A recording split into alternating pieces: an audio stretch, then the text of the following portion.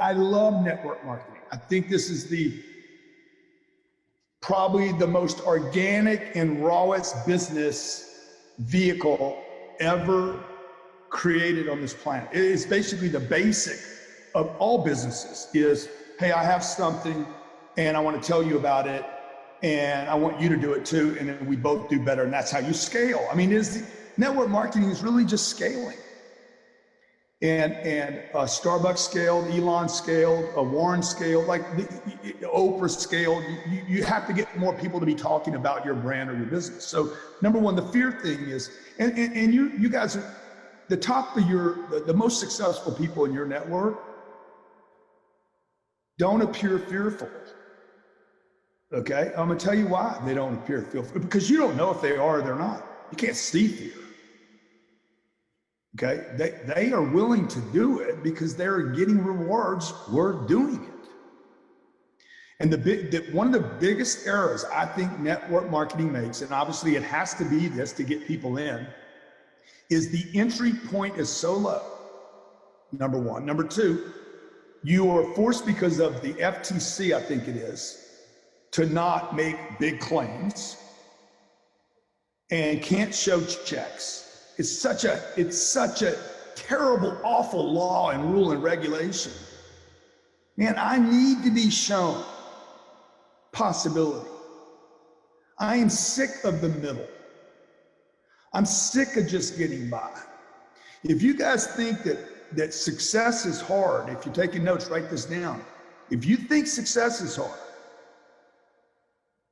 okay, how are you going to make failure work? Because failing is impossible. Like if you have figured out, if you have learned in your life how to just get by, okay, feed 2 kids, work your ass off and end up with nothing, pay the bills.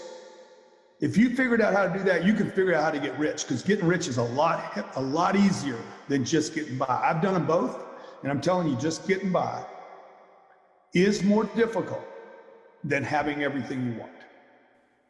For you guys that are stuck, you're stuck because you're comfortable, you're stuck because of your friends, and you're stuck because of your loved ones. I'm 62 years old. Like I got a principle in my life. I never ask the people that love me for advice on how to run my business. I might want to, and the only reason I want to is because I know they're gonna give me a little hug and tell me it's gonna be all right. It is wrong to go to your mom, your dad, your brother, your sister, your uncle, or your aunt. Anybody that loves you is going to tell you you're doing just fine. It's okay. You need to get somebody that doesn't love you, but believes in you. And by the way, your mother that loves you, when she tells you she believes in you, it's probably not true. She just loves you. If she believed in you, she'd say, hey, how many meetings did you go to this week? How many meetings did you have? How many?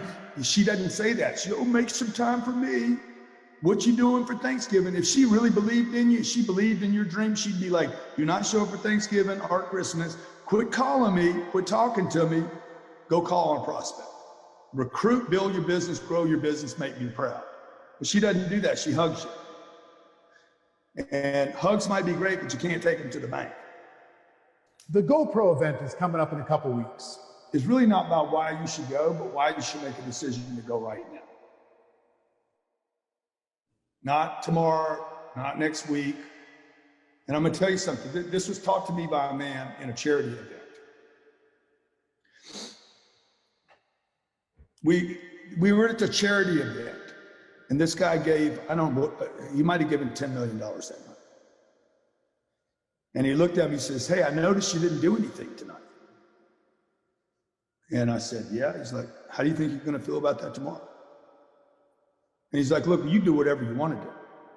I'm just telling you, because you've asked me for advice on other things. Never leave a place without leaving a commitment. He's like, every time you leave someplace and don't do something, whatever you can do, 300, 1,300, 5,300, a deposit, make a deposit. You're making deposits, spiritual deposits onto the planet. They're little anchor points that you leave around the planet. I've been doing this for 4 years now. This has never disappointed me. Every time I go someplace, I leave more than I took. Little deposits, I put it on a credit card, okay? I'm a promise Visa, I'll pay them back, but I'm gonna leave this here right now so I never leave any location and not feel good about what I did.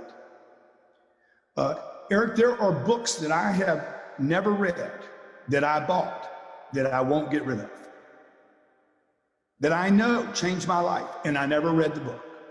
But because I made a decision to buy the book and put it on my shelf, some people call that osmosis. No, it's not osmosis. It's called commitment, man. Okay? It's called commitment. It's me saying to the universe, whatever you believe in, God, whatever, saying to some power greater than you that you don't understand maybe fully, that says, hey, Grant Cardon is committed. And every one of those books, every one of those programs, every conference I bought, paid for, put a deposit on, every one of them has paid me. Every one of those has made me. The good ones, the bad ones, and everything in between.